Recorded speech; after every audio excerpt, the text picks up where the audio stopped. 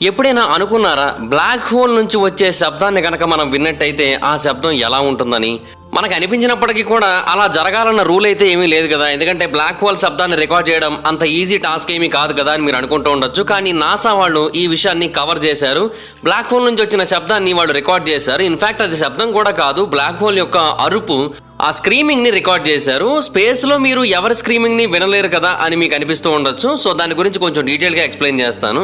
2002వ సంవత్సరంలో నాసా వాళ్ళు ఒక టెలిస్కోప్ను ఉపయోగించి కొన్ని గ్యాలక్సీలు ఉన్న క్లస్టర్లోని హాట్ గ్యాస్ మూమెంట్స్ ని కంటిన్యూస్ గా గమనించారు. అండ్ వాళ్ళకి కొంత డేటా వచ్చింది కదా, వాళ్ళు ఆ డేటా మొత్తాన్ని కూడా సోనిఫికేషన్ కింద మార్చారు. అంటే దాన్ని శబ్దం కింద మార్చారు. సో హాట్ గ్యాస్ ఏదైతే నాయిస్ని ప్రొడ్యూస్ చేసిందో దాన్ని మనం వినగలిగామన్నమాట. అది కూడా 250 మిలియన్ లైట్ ఇయర్స్ దూరంలో ఉన్న గ్యాలక్సీ క్లస్టర్లోని హాట్ గ్యాస్ యొక్క సౌండ్ అది. అయితే భూమి మీద ఉన్న గ్యాస్ ప్రొడ్యూస్ చేసే నాయిస్ని మనం చాలా క్లియర్గా వినగలం. బట్ స్పేస్లో ఉన్న దాన్ని ఎలా వినగలిగామంటే ఆ ప్రాంతంలో ఆల్రెడీ సౌండ్ వేవ్స్ అనేవి ఉన్నాయి ఆ గ్యాస్ క్లస్టర్లో. ఎక్స్పర్ట్స్ ఏం చేశారంటే వాటిని మనం వినగలిగే స్థాయికి రీస్కేల్ చేశారు. దాని కారణంగా మనం ఆ శబ్దాన్ని వినగలిగాం. ఒకవేళ అక్కడ సౌండ్ వేవ్సే లేవంటే అసలు మనం వాటిని వినగలిగే వాళ్ళమే కాదు. అయితే బేసిక్ ఇదంతా కూడా ఒక యూనివర్సల్ ప్రిన్సిపల్ ఆధారంగానే పనిచేస్తూ ఉంటుంది. మన అట్మాస్ఫియర్లో మనం ఏదైనా ఒక సౌండ్ వచ్చినట్టయితే దాన్ని వినగలుగుతూ ఉంటాం. ఎందుకంటే ప్రెషర్ వేవ్స్ అనేవి ఇక్కడ ఒక మీడియం ద్వారా పాస్ అవుతూ ఉంటాయి. అంటే లిక్విడ్ కానీ లేదంటే గ్యాస్ కానీ వాటి త్రూ పాస్ అవుతూ ఉంటాయి. బట్ గ్యాలక్సీలో ఉన్న సౌండ్ వేవ్స్ మూవ్ అవుతూ ఉంటాయి కానీ అవి కంప్లీట్గా గ్యాస్ ద్వారా సరౌండ్ అయిపోతూ ఉంటాయి. సో వాటిని మనం పూర్తి స్థాయిలో వినలేం. బట్ అలా వినాలి అంటే వాటిని మన హ్యూమన్ ఇయరింగ్కి తగ్గట్టుగా రీస్కేల్ చేసుకోవాల్సి ఉంటుంది. అయితే మరి బ్లాక్ హోల్స్ విషయంలో సేమ్ ఇలాగే జరుగుతుందా? ఒక గ్యాలక్సీ క్లస్టర్లో ప్రెషర్ వేవ్స్ అనేది క్రియేట్ అవడానికి కారణమే ఒక భారీ బ్లాక్ హోల్. దాన్ని సూపర్ మాసివ్ బ్లాక్ హోల్ అని పిలుస్తూ ఉంటారు. అది మన సూర్యుడి కంటే కొన్ని మిలియన్స్ ఆఫ్ టైమ్స్ ఎక్కువ వెయిట్ని అయితే కలిగి ఉంటుంది. అయితే ఇప్పటికీ కూడా ఎక్స్పర్ట్స్ సూపర్ మాసివ్ బ్లాక్ హోల్స్కి అలాగే క్లస్టర్స్కి మధ్య ఉన్న రిలేషన్ని పూర్తి స్థాయిలో అర్థం చేసుకోలేకపోతున్నారు. వాళ్ళకి తెలిసిన విషయం ఏంటంటే ఆ రెండు ఒకేసారి ఎవాల్వ్ అయ్యాయి అండ్ ఆ రెండింటికి మధ్య రిలేషన్ అయితే ఉంది. ఆ క్లస్టర్ బ్లాక్ హోల్కి ఫీడింగ్ చేస్తూ ఉంటుంది, అంటే కొత్త మెటీరియల్ని సప్లై చేస్తూ ఉంటుంది. అండ్ దానికి బదులుగా ఆ బ్లాక్ హోల్ ఏమో ఆ క్లస్టర్ని హీట్ చేస్తూ ఉంటుంది. ఇది మాత్రమే ప్రస్తుతానికి మనకు తెలిసిన ఇన్ఫర్మేషన్. అయితే బ్లాక్ హోల్స్ ఎంత భారీగా ఉండే అవకాశం ఉంది? బేసిక్గా బ్లాక్ హోల్స్లో 4 రకాలు ఉంటాయి: stellar, intermediate, super massive and miniature black holes. And వీటన్నిటిలో అతిపెద్ద black hole super massive black hole. So far ఇప్పటి వరకు మనం కనుగొన్న బ్లాక్ హోల్స్ అన్నిట్లో ఒక బ్లాక్ హోల్ చాలా అంటే చాలా పెద్దది. అది 66 బిలియన్ రెట్లు ఎక్కువగా ఉంటుంది మన సూర్యుడి కంటే. అండ్ ఈ విశ్వంలోని అత్యంత బ్రైటెస్ట్ ఆబ్జెక్ట్స్లో ఇది కూడా ఒకటి. ఆస్ట్రోనమర్స్ కంటిన్యూస్గా స్పేస్ని స్కాన్ చేస్తూ ఉన్నారు అండ్ ఎప్పటికప్పుడు కొత్త బ్లాక్ హోల్స్ అయితే కనుగొంటూ ఉన్నారు. కాబట్టి మేబీ ఇంకా భారీ బ్లాక్ హోల్స్ కూడా ఫర్దర్గా బయటపడే ఛాన్స్ అయితే ఉంది. బట్ మొట్టమొదటి బ్లాక్ హోల్ అయితే మాత్రం కనుగొన్నది 1971వ సంవత్సరంలో. ఆ టైంలో దాన్ని చాలా మంది రీసెర్చర్లు ఇండిపెండెంట్గా కనుగొనడం జరిగింది. అండ్ శాస్త్రవేత్తలు ఈ భారీ బ్లాక్ హోల్స్ మాసివ్ స్టార్స్ యొక్క రెమినెంట్స్ ద్వారా ఫామ్ అయ్యాయి అనే విషయాన్ని తర్వాత కన్ఫర్మ్ చేశారు. అండ్ ఏదైనా ఒక ప్రాంతంలో బ్లాక్ హోల్ కనుక ఉన్నదంటే దాని చుట్టుపక్కల ప్రాంతంలో ఏవీ మిగలవు. ఎందుకంటే వాటన్నిటిని కూడా ఆ బ్లాక్ హోల్ తన యొక్క స్ట్రాంగ్ గ్రావిటేషనల్ ఫోర్స్తో తన లోపలికి లాగేసుకుంటుంది. బ్లాక్ హోల్ దగ్గరకు వచ్చింది ఏది కూడా బ్లాక్ హోల్ నుంచి తప్పించుకోలేదు. వన్స్ ఆ బ్లాక్ హోల్ యొక్క ఈవెంట్ హారిజాన్ని దాటిందంటే ఇంకా అది డైరెక్ట్గా బ్లాక్ హోల్లోకి వెళ్ళిపోయినట్టే. సో ప్రతిదాన్ని తినేస్తుంది అనమాట బ్లాక్ హోల్. ఈవెన్ లైట్ కూడా దాని లోపల ట్రాప్ అయిపోతుంది. అండ్ బ్లాక్ హోల్లో ఉన్న మరొక భయంకరమైన విషయం ఏంటంటే loss of time and space ఇక్కడికి వచ్చిన తర్వాత డిస్టోర్ట్ అయిపోతూ ఉంటాయి. ఒకవేళ మీరు కనుక ఆ బ్లాక్ హోల్లో పడినట్టయితే అప్పుడు మీకు ఒక విషయం అర్థమవుతుంది: ఆ బ్లాక్ హోల్లో టైం స్లో అవుతుంది అని. ఐన్స్టైన్ దీని గురించి తన ఫేమస్ జనరల్ రిలేటివిటీ ఆఫ్ థియరీలో ఎక్స్ప్లెయిన్ చేశాడు. అది కూడా చాలా బేసిక్ పదాలతో మనకు అర్థమయ్యే విధంగానే ఎక్స్ప్లెయిన్ చేశాడు. అందులో అతను ఏమని చెప్పాడంటే టైం మనం ఎంత ఫాస్ట్గా మూవ్ అవుతున్నాం అనే దాన్ని బట్టి మారుతూ ఉంటుంది అని తెలియజేశాడు. నాసా వాళ్ళు కూడా రీసెంట్గా ఫాస్ట్గా గ్రో అవుతున్న ఒక బ్లాక్ హోల్ని అయితే కనుగొన్నారు.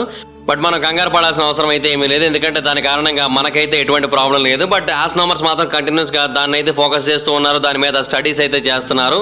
ఆస్ట్రోనమర్స్ స్పేస్లో స్టడీస్ చేసిన వాటిలో ఇది కూడా అత్యంత ముఖ్యమైనది. ఈ బ్లాక్ హోల్ బిగ్ బ్యాంగ్ జరిగిన 750 మిలియన్ సంవత్సరాల తర్వాత ఫామ్ అయిందని అయితే శాస్త్రవేత్తలు తెలియజేస్తున్నారు. అండ్ అప్పటి నుంచి ఇప్పటి వరకు ఇది ఎన్నో మెటీరియల్స్ని తన లోపలికి లాక్కొని ఇది మెల్లిమెల్లిగా పెరిగి పెద్దదవుతోంది. అయితే ఈ బ్లాక్ హోల్స్ ఎందుకని అంత బ్రైట్గా ఉంటాయి?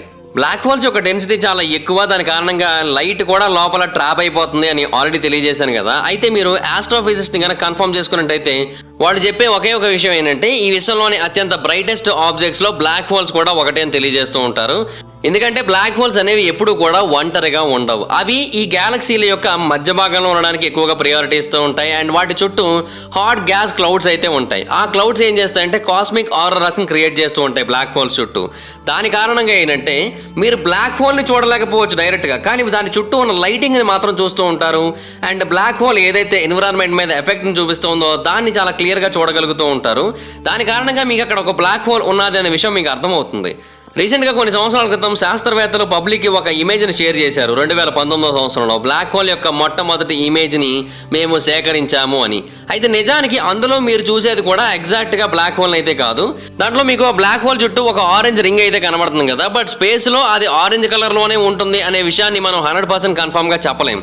బట్ మనకు ఆ ఇమేజెస్లో మాత్రం ఆరెంజే కనబడుతుంది. ఎందుకు ఆరెంజ్, పింక్, గ్రీన్, పర్పుల్ ఈ కలర్స్లో ఎందుకు కనబడదు అంటే లోపల ఉన్న డార్క్ షాడో ఏదైతే ఉంటుందో అది బ్లాక్ హోల్ యొక్క షాడో కదా.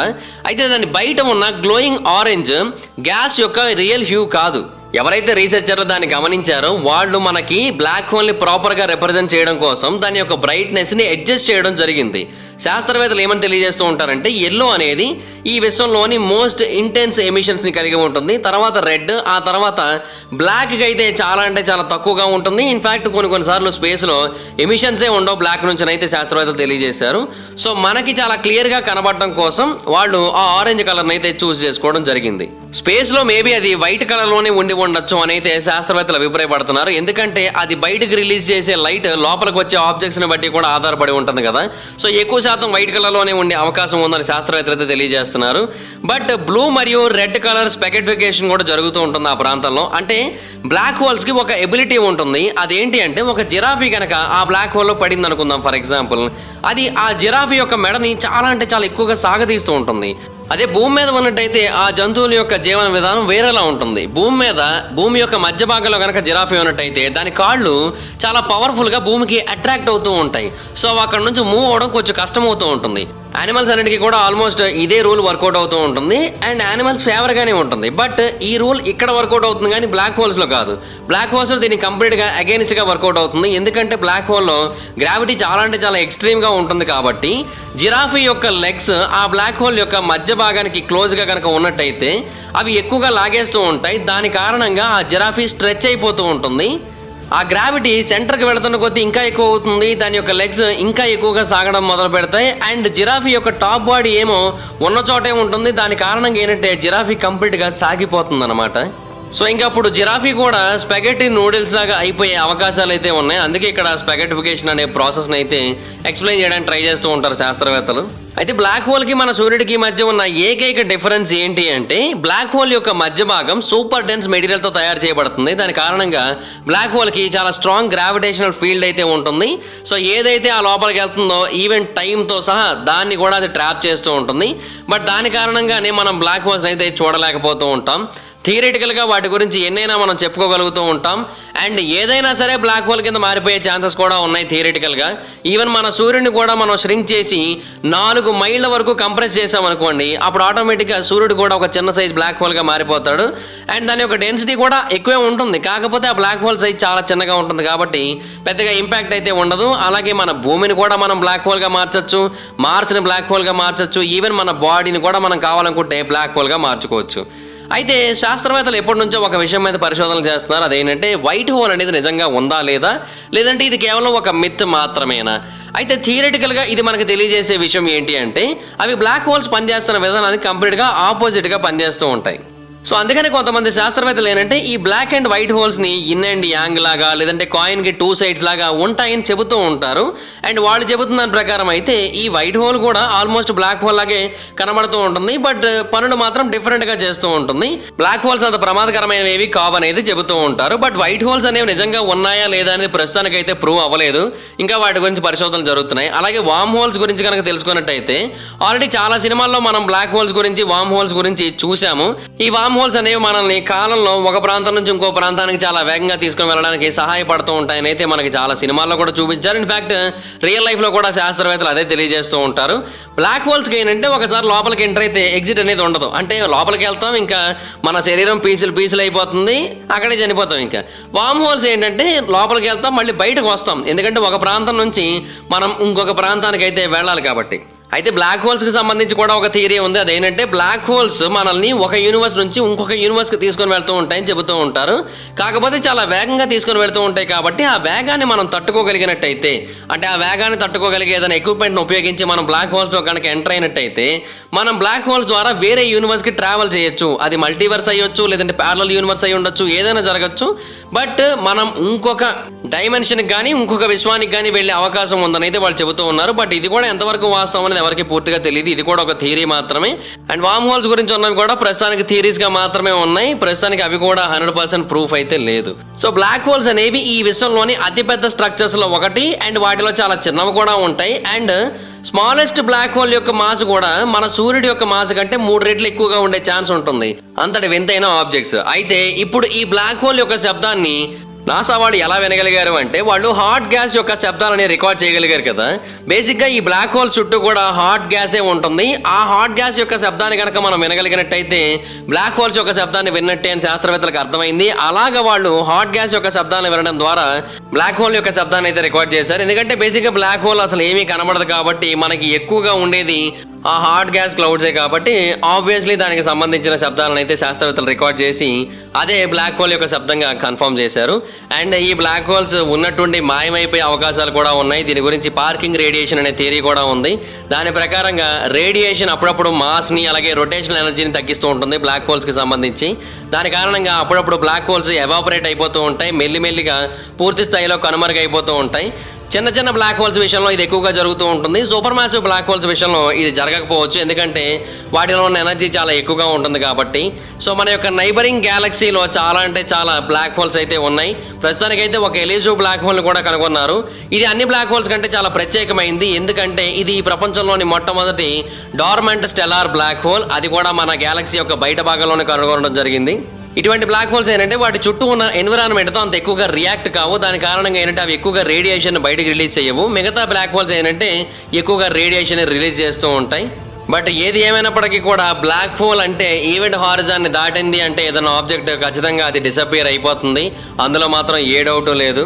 స్పేస్కి బ్లాక్ హోల్ ఎలాగో మన భూమి మీద సింక్ హోల్స్ కూడా అలాంటివే, అంటే గుంతలు. సో కొన్నిసార్లు మన వెహికల్స్ అందులోపలికి వెళ్తూ ఉంటాం, అసలు బయటికి రావడానికి కూడా వీలైనంత లోతుగా ఉంటాయి ఆ గుంతలు మన రోడ్ల మీద. సో స్పేస్లోకి వెళ్ళినప్పుడు బ్లాక్ హోల్స్ విషయంలో ఎలాగైతే జాగ్రత్తగా ఉండాలో, రోడ్ల మీదకి వెళ్ళినప్పుడు ఈ సింక్ హోల్స్ అలియాస్ గుంతల విషయంలో కూడా అంతే జాగ్రత్తగా ఉండాలి. సో జాగ్రత్తగా ఉండండి. బట్ నాసా శాస్త్రవేత్తలు చెబుతున్న ప్రకారం అయితే ఆ శబ్దాలు ఏవైతే ఆ బ్లాక్ హోల్ చుట్టూ రికార్డ్ చేశారో అవి చాలా అంటే చాలా భయంకరంగా అనిపించాయి అండ్ చాలా వింతగా కూడా అనిపించాయి వాళ్ళకి. సో వాటిని ప్రస్తుతానికి డీకోడ్ చేసే పనులు అయితే వాళ్ళంతా కూడా ఉన్నారు. So that's guys, this is the video కానీ మీకు నచ్చినట్లయితే లైక్ చేయండి, వీడియో షేర్ చేయండి. ఇప్పుడు కారణం మన ఛానల్ సబ్స్క్రైబ్ చేసుకోకపోతే ఇప్పుడు సబ్స్క్రైబ్ చేసుకోండి. పక్కన ఉన్న బెల్ ఐకాన్ ఆల్ పెట్టుకోండి. నా ఫాలో మిస్ అవ్వకుండా చూడొచ్చు. నా ఇన్స్టాగ్రామ్ ఐడి జబర్దస్త్ మైదర్, మీరు అక్కడ కూడా వచ్చి ఫాలో అవ్వచ్చు. Thank you so much guys. Bye bye. Meet you next video. Bye bye.